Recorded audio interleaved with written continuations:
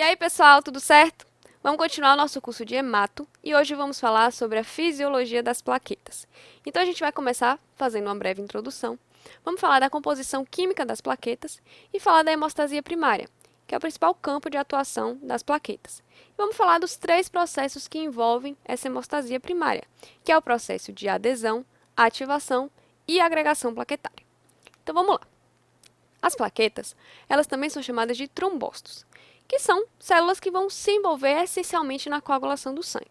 Então, falou de plaqueta, a gente está falando de coagulação sanguínea, a gente está falando de formação de trombo. As plaquetas, elas não são necessariamente células, elas acabam sendo fragmentos de células, ou seja, um fragmento do citoplasma de uma célula maior. Então, vamos lembrar aqui da hematopoese como um todo. A gente tem, olha aqui para a figura, uma célula-tronco que ela é multipotente, pluripotente, que ela vai dar origem a todas as linhagens sanguíneas que a gente tem. Essa célula pluripotente vai se diferenciar em dois progenitores.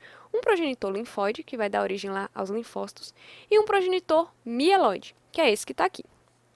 Esse progenitor mieloide, ele vai dar origem a diversas linhagens sanguíneas que a gente conhece. Então, vai dar origem às hemácias, vai dar origem aos leucócitos granulócitos, então basófilo, neutrófilo, eosinófilo. Vai dar origem também aos macrófagos e vai dar origem às plaquetas, através de um outro precursor que a gente tem, que é o megacariócito. O megacariócito vai sofrer uma fragmentação do seu citoplasma e, a partir daí, a gente tem a formação dos trombócitos ou plaquetas. Certo? Então, é assim que vai acontecer. Então, lembra que não são células propriamente ditas, são fragmentos citoplasmáticos de uma célula grande, que é o megacariócito. Além disso, a plaqueta ela tem um formato discoide, ou seja, ela é mais redondinha. Só que essa morfologia muda a depender do estado da célula.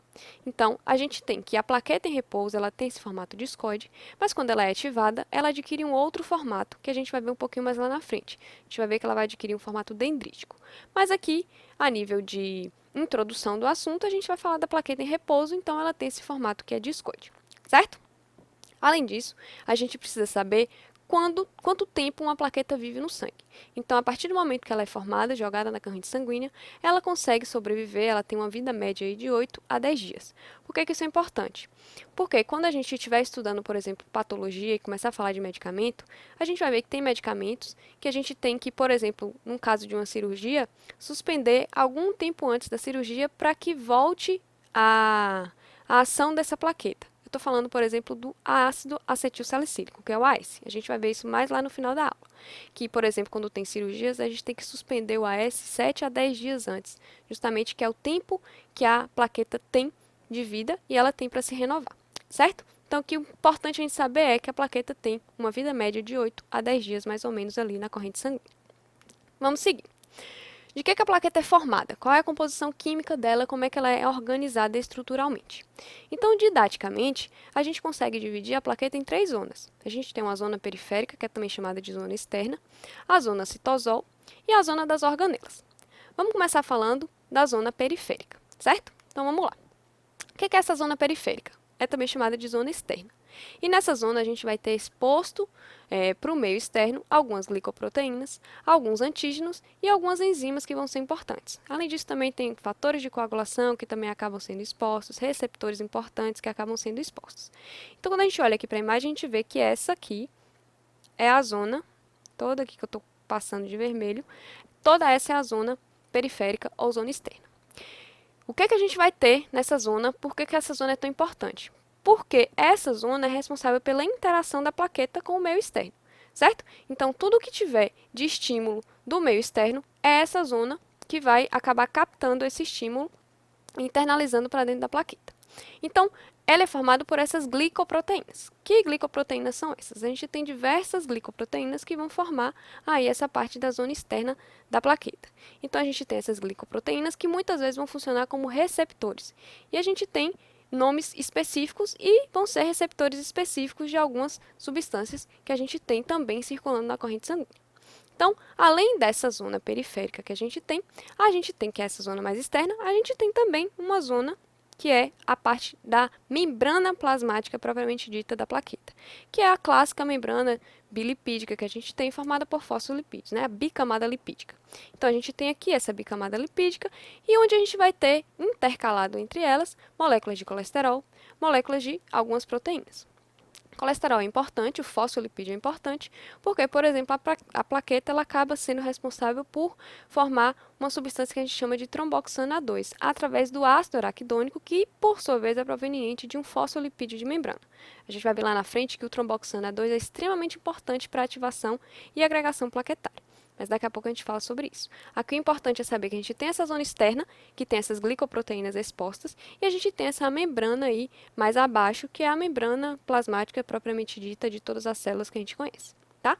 Quais são essas glicoproteínas que a gente acaba tendo que são importantes?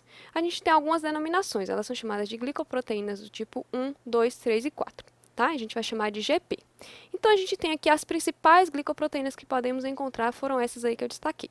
Então, a gente tem, por exemplo, a GP1A. A GP1A, ela vai ser importante para reagir com o colágeno lá naquela etapa inicial de adesão da plaqueta ao endotélio. Então, quem vai fazer isso vai ser a GP1A, glicoproteína 1A, certo? Ela vai reagir com o colágeno, ela vai se atuar como um receptor, certo? Do colágeno e segurar aí a plaqueta no vaso. A gente tem a GP1B, que vai ser, na verdade, o receptor do fator de von Willebrand. Por isso que ela vai atuar na fixação da plaqueta ao endotélio vascular, porque a ligação da plaqueta com o fator de von Willebrand e posterior com o colágeno acaba sendo uma ligação muito mais forte do que só da plaqueta ao colágeno, certo? Daqui a pouco a gente vai ver como é que ocorre exatamente essa ligação. Mas o que a gente tem que saber é que a proteína, a glicoproteína 1B, é o receptor do fator de von Willebrand e ela é importante para atuar nessa fixação da plaqueta ao endotélio vascular.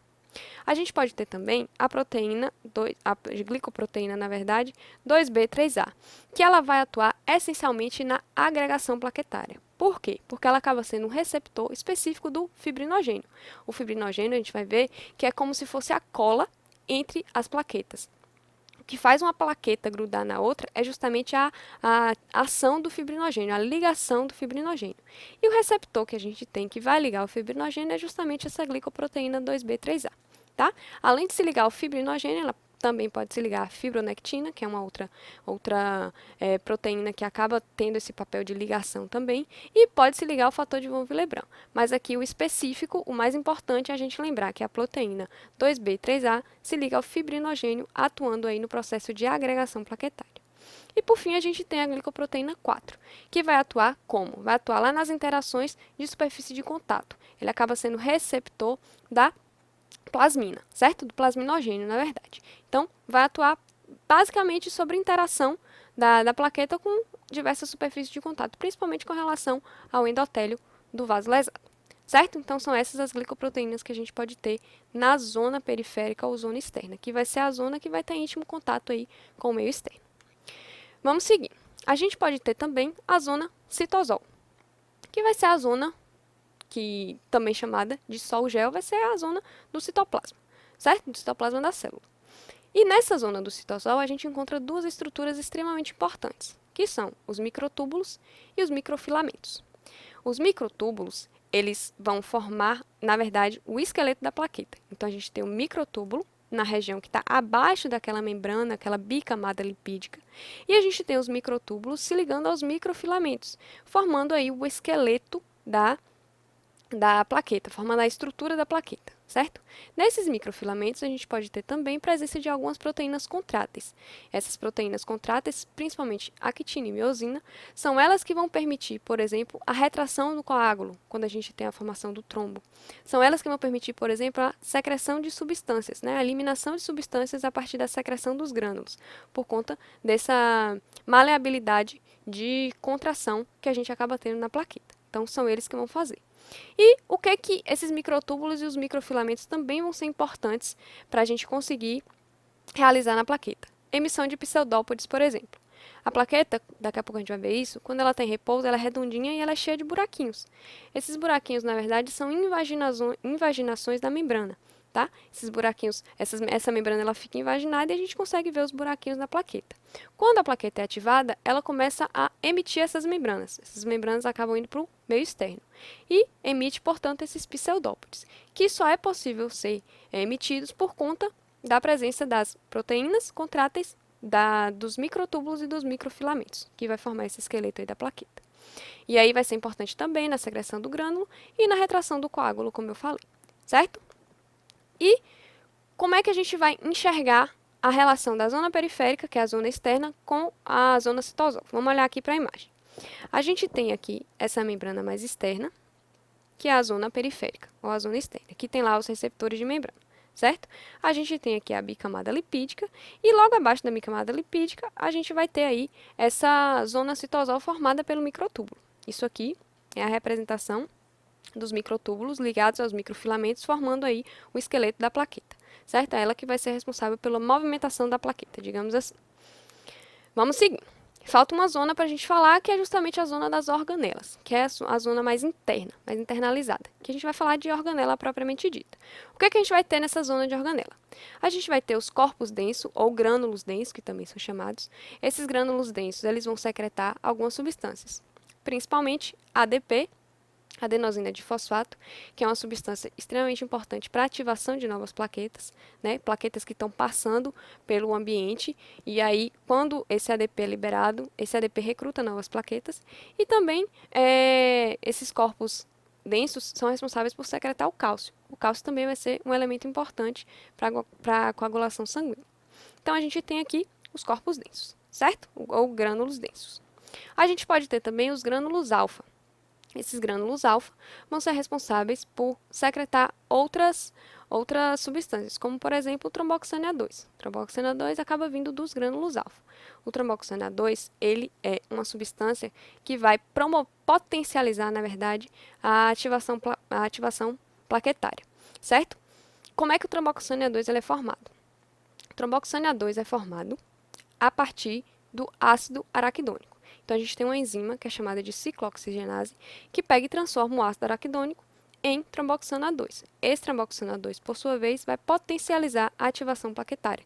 Então, ele acaba também recrutando mais plaquetas em repouso, que estão passando pelo local, ele acaba recrutando para ativar cada vez mais plaquetas, certo? E isso, obviamente, vai favorecer depois a agregação plaquetária. Então, a gente tem o ácido araquidônico que vai ser transformado em tromboxano A2 através de uma enzima chamada ciclooxigenase. Só que esse ácido araquidônico ele é derivado de um fosfolipídio de membrana. Tá aí a importância de a gente ter aquela bicamada de fosfolipídio da plaqueta. Então, a gente consegue formar essa substância que é extremamente importante para a ativação plaquetária, como eu falei. Tá? Então, os grânulos alfa acabam secretando também tromboxano A2. A gente tem a presença de lisossomos, normalmente a organela que vai ter em praticamente todas as células. A gente tem as mitocôndrias, que vão ser as organelas responsáveis pela produção de energia. A gente tem também uma reserva de glicogênio, que vai ser justamente a reserva de energia que a gente vai ter dentro da plaqueta. E a gente tem também, formando aí essa zona das organelas, o complexo de Golgi, os canalículos abertos, o sistema canalicular aberto, e a gente vai ter também o sistema de canais abertos. Esses três sistemas juntos acabam formando o que a gente chama de sistema das membranas internas. O que é isso? Isso é aquela invaginação da membrana que vai mostrar na plaqueta em repouso aqueles buraquinhos. Então, a gente tem esses sistemas, eles juntos vão formar o sistema de membranas internas, que vai ser responsável pela invaginação dessa membrana. Por que isso é importante? Essa invaginação da membrana acaba funcionando como uma reserva, né, da membrana, propriamente dita da célula, porque quando a gente tem essa invaginação e posterior ativação e emissão desses pseudópodos, a gente acaba tendo uma maior superfície de contato. Então, ela acaba sendo uma reserva de membrana. Além disso, a gente tem a internalização desses receptores, que vão ser expostos quando necessários. Além dos receptores, a gente vai ter também a reserva de moléculas de adesão e moléculas de agregação plaquetária, que todas vão ser expostas assim que a gente tiver uma ativação das plaquetas. Além disso, essa invaginação da membrana acaba formando um canal entre o meio interno e o meio externo, acaba sendo como se fosse uma válvula de escape. E a gente tem essa comunicação do meio interno com o meio externo, tá? A partir dessa comunicação do meio interno com o meio externo, a gente possibilita que o endoplasma da plaqueta se comunique com o meio externo. E a gente consegue promover, por exemplo, secreção de alguns grânulos, secreção de algumas substâncias para o meio externo. Da mesma forma, a gente consegue captar alguns estímulos do meio externo para dentro da célula no sentido contrário. Então, isso também acaba sendo um importante meio de comunicação intra- e extracelular, certo? Então, basicamente é isso aí que vai formar a zona das organelas, tá? E aí a gente tem aqui representando os microtúbulos, que é aquela membrana que a gente viu agora há pouco, com os filamentos de actina e miosina, principalmente a actina, que vai promover aquela contração. Retração do coágulo quando a gente tiver várias plaquetas agregadas. Então, essa é basicamente a composição química. Então, agora a gente tem que falar da função da plaqueta. O que a plaqueta vai fazer no nosso organismo? Obviamente, ela vai estar ligada essencialmente ao processo de hemostasia primária. A gente tem um processo de coagulação como um todo, e nesse processo de coagulação a gente tem a divisão em dois tipos de hemostasia, a hemostasia primária e a hemostasia secundária. A gente vai falar melhor da hemostasia secundária quando a gente falar de sistema de coagulação e fibrinólise. Hoje, como a gente está falando de plaqueta, a gente foca na hemostasia primária. E o que é essa hemostasia primária? O objetivo dela é estancar o sangramento. Então, falou em hemostasia primária, a gente está falando de tampão plaquetário. Vai ser aí que a plaqueta vai atuar. Então, a hemostasia primária tem atuação essencial de plaqueta para formar o tampão plaquetário com o objetivo de estancar o sangramento. Formar um trombo lá para evitar que mais sangue saia pelo vaso. Basicamente é isso. Como é que a gente vai promover esse tampão plaquetário? A gente precisa de 3 ações da plaqueta, de que 3 eventos, na verdade, aconteçam. Então, a gente precisa que essa plaqueta sofra uma adesão ao vaso. A partir do momento que ela aderiu ao vaso lesado, a gente precisa ter uma ativação dessa plaqueta e posterior a agregação de novas plaquetas para formar esse trombo e estancar o sangramento. Então, vamos falar agora um pouquinho mais detalhado de cada uma dessas etapas, começando pela adesão. Então, a gente tem aí um vaso, que vocês estão vendo, e esse vaso ele tem um endotélio. Nesse endotélio, ele tem uma matriz subendotelial, que é a matriz que fica abaixo do endotélio. Então, olha aqui para a figura. A gente tem esse endotélio, né, que é essa parte aqui, e a gente tem um vaso. No vaso, na corrente sanguínea, estão passando diversas células. Passa hemácia, passa leucócito, leucócito granulócito e agranulócito. Então, passa neutrófilo, passa macrófago, passa linfócito e passa também plaqueta. Então, a plaqueta está passando ali pelo vaso, normal, um vaso intacto, e ela não fica grudando no vaso de forma aleatória, certo? Por mais que tenham, por exemplo, fatores de coagulação circulando junto com as plaquetas, elas não ficam se grudando aleatoriamente no vaso. Ela só vai se grudar no vaso se ela tiver, digamos assim, um sinalizador, que está puxando ela para grudar no vaso. O que é isso? Quando o vaso é lesado, rompeu o vaso, a gente tem exposição dessa matriz subendotelial. E nessa matriz subendotelial, a gente tem uma cacetada de enzimas, de proteínas, e a gente tem como principais elementos que vão ser expostos, que vão atuar ali no processo de adesão plaquetária, o colágeno e o fator de von Willebrand. Principalmente o colágeno. Ele vai ser o principal fator de adesão e posterior ativação plaquetária, certo? Então, é como se fosse assim, plaqueta passou, viu o colágeno, ela corre para grudar no vaso, tá? É como se fosse uma canetinha marca-texto chamando ali a plaqueta para grudar no vaso. Então, a gente tem exposição de duas coisas, fica na cabeça, fator de von Willebrand e colágeno, sendo que o principal fator de adesão vai ser o colágeno, certo? Como é que vai ocorrer essa adesão? O colágeno, ele tem aquele receptor de colágeno, que a gente falou anteriormente, que é a glicoproteína G1A, lembra? Que é o receptor de colágeno que acaba participando desse processo inicial de adesão. Só que, tipo assim, se a plaqueta ela se grudasse ao colágeno, assim, diretamente, essa ligação ela é muito fraca. Então, à medida que o sangue está passando, a plaqueta ia ser levada para longe, ela não tem uma fixação adequada. Então, a gente precisa de outra coisa que fixe adequadamente a plaqueta ao vaso. O que é isso? Aí entra o receptor de glicoproteína 1B. Lembra que eu falei que a glicoproteína 1B é um receptor do fator de von Willebrand que vai atuar na fixação da plaqueta ao vaso. Como é que ocorre isso? O receptor GP1B, que é o receptor do fator de von Willebrand, ele está ligado lá na zona periférica ou na zona externa. E esse receptor é um receptor grande, então ele atravessa a membrana e se liga ao citoesqueleto da plaqueta. Então esse receptor está totalmente aderido à plaqueta. Então a gente tem o receptor de fator de von Willebrand ligado à plaqueta. Esse receptor se liga ao fator de von Willebrand. O receptor, olha aqui, o receptor está na plaqueta. O receptor aqui é o receptor da plaqueta. Esse receptor se liga ao fator de von Willebrand, que é o fator que vai se ligar a esse receptor, especificamente, e o fator de von Willebrand se liga ao colágeno que está preso na matriz subendotelial. Então, a partir daí, a gente tem uma ligação fixa da plaqueta com o endotélio, certo? Por conta desse fator de von Willebrand. Ele funciona como se fosse o cimento para promover essa ligação forte do colágeno ao trombócito, à plaqueta. E a partir daí, a gente tem a adesão plaquetária. Então, a corrente sanguínea, o sangue vai passando, e a plaqueta não vai ser levada para longe porque a gente tem uma adesão firme e forte aí, certo? Então, a gente vai ter plaquetas aderidas ao vaso por conta dessa ligação. Quando a plaqueta é aderida ao vaso, a gente vai ter o processo de ativação plaquetária, tá? Então, a gente tem aí uma plaqueta em repouso. Você está vendo que ela tem esse formato discoide. Aí não dá para ver, mas normalmente essa plaqueta teria vários buraquinhos, né, que são justamente as membranas invaginadas. Mas a partir do momento que a gente tem o processo de ativação plaquetária, essa plaqueta ela muda a forma, a morfologia dela. Ela acaba fazendo essa morfologia dendrítica.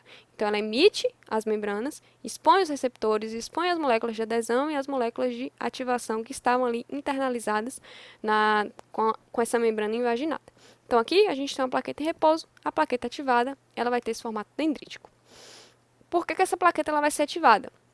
Por agonista. O que é agonista que ativa a plaqueta? O ADP, que é a adenosina de fosfato. A gente pode ter ativação plaquetária, por exemplo, pela trombina, por epinefrina. Tromboxane A2 é um importante elemento para adesão plaquetária, mas também funciona como ativador plaquetário, recrutando novas plaquetas.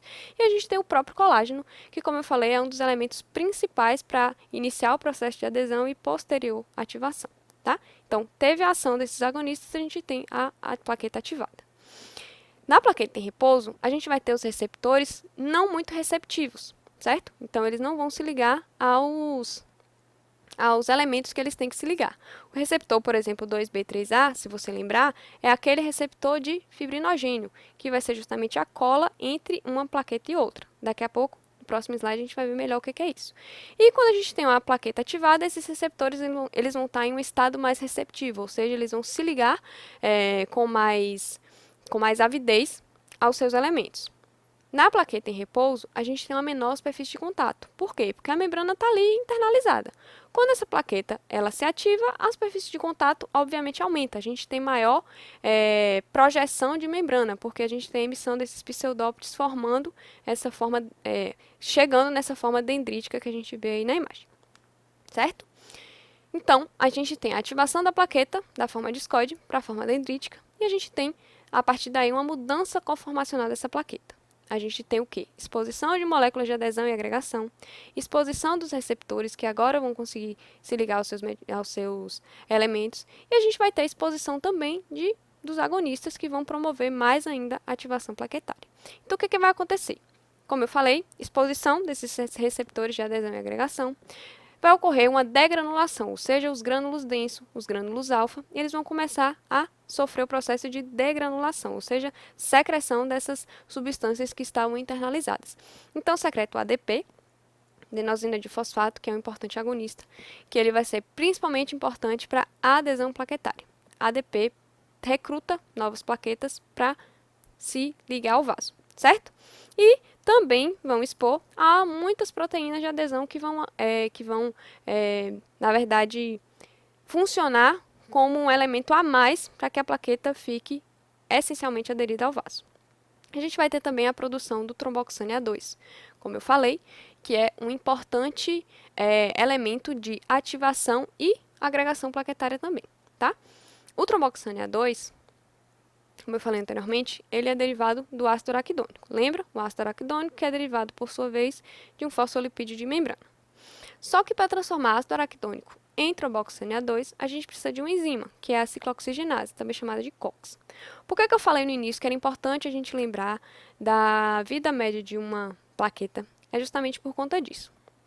Por exemplo, tem medicamentos que vão atuar de forma irreversível na inibição da ciclooxigenase. Eu estou falando do AS, o ácido acetil salicílico, medicamento muito usado para pacientes que tiveram, por exemplo, infarto agudo do miocárdio, que sofreram com AVC ou tem alguma síndrome coronariana aguda. Então, a gente usa o AS para isso. O AS vai chegar na ciclooxigenase e vai inibir a ação dela. Então, a gente não tem transformação do ácido araquidônico em tromboxane A2. Se a gente não tem a presença do tromboxane A2, a gente reduz muito a ativação plaquetária e a adesão plaquetária e posterior agregação. Então, o AS funciona como um antiagregante plaquetário, certo? Por que é importante saber o tempo de meia-vida? A meia-vida média, na verdade, a vida média da plaqueta. Por quê? Se a gente tem um paciente que utiliza o AS cronicamente e esse paciente precisa realizar uma cirurgia, a gente precisa suspender esse AS dele. Essa suspensão tem que ser cerca de 7 a 10 dias antes, porque se a ligação é irreversível, a gente só tem anulação do efeito desse medicamento se a gente não tiver mais plaqueta que está inibida. Então, a gente precisa de 8 dias, 7 na verdade, a 10 dias, que é o período que a plaqueta vai morrer, e aí a gente vai ter novas plaquetas sendo jogadas e que não vai ter esse processo de inibição da ciclooxigenase para a formação do tromboxane A2. Por isso que a gente precisa desse tempo, certo? E a gente tem outros medicamentos que vão atuar de forma reversível, como é o caso, por exemplo, dos anti-inflamatórios não hormonais. Eles acabam inibindo de forma reversível a ciclooxigenase e a partir do momento que a gente suspende a medicação, a gente tem normalmente a plaqueta funcionando, aí produção de tromboxane A2 e mais estímulo para adesão e agregação plaquetária, tá? Então, a gente tem a produção do tromboxane e a gente tem a secreção de mais ADP, que vai ser extremamente importante para a adesão. Vocês perceberam que eu estou falando muito do ADP e estou falando muito do tromboxane A2, né? Porque eles são essencialmente importantes para esses processos. E se a gente tem inibidor, se a gente tem medicamento para inibir a formação do tromboxane A2, que é importante, a gente tem também medicamento para inibir a ação do ADP, que é também medicamentos que são utilizados em síndrome coronariana aguda, infarto agudo do miocárdio, por exemplo, que é o inibidor da ADP, que é o famoso clopidogrel, ticagrelor, prasugrel. São todos os medicamentos que inibem a ADP e, portanto, inibem adesão e posterior agregação plaquetária. Também funciona como um antiagregante plaquetário. Normalmente, o paciente que infarta usa o quê? A S-clopidogrel, que a gente chama de terapia de dupla antiagregação plaquetária. É por causa disso, certo? Então, vamos seguindo aqui.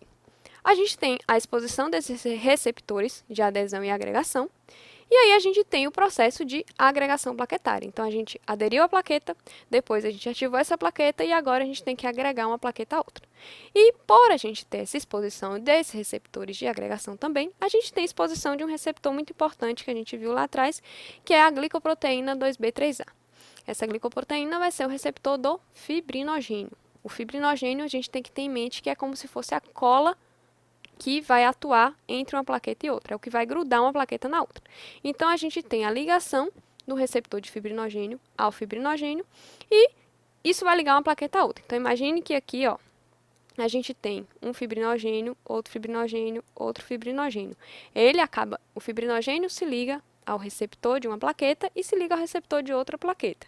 E aí a gente consegue fazer essa agregação através desse receptor que é extremamente importante. Agregou a plaqueta, a gente tem a formação de um trombo, de um tampão plaquetário, que é o que define a hemostasia primária.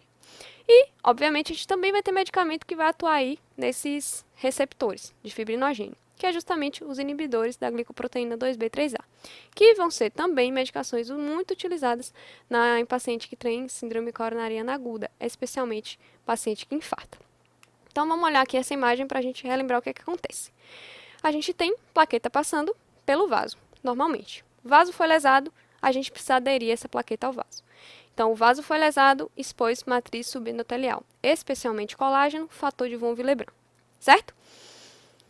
O fator de von Willebrand vai funcionar como um cimento que vai ligar o colágeno à plaqueta. Então, a gente tem o colágeno na matriz subendotelial, a gente tem aqui o receptor do fator de von Willebrand e a gente vai ter o fator de von Willebrand fazendo essa ligação. A plaqueta foi aderida, a gente tem agora a ativação.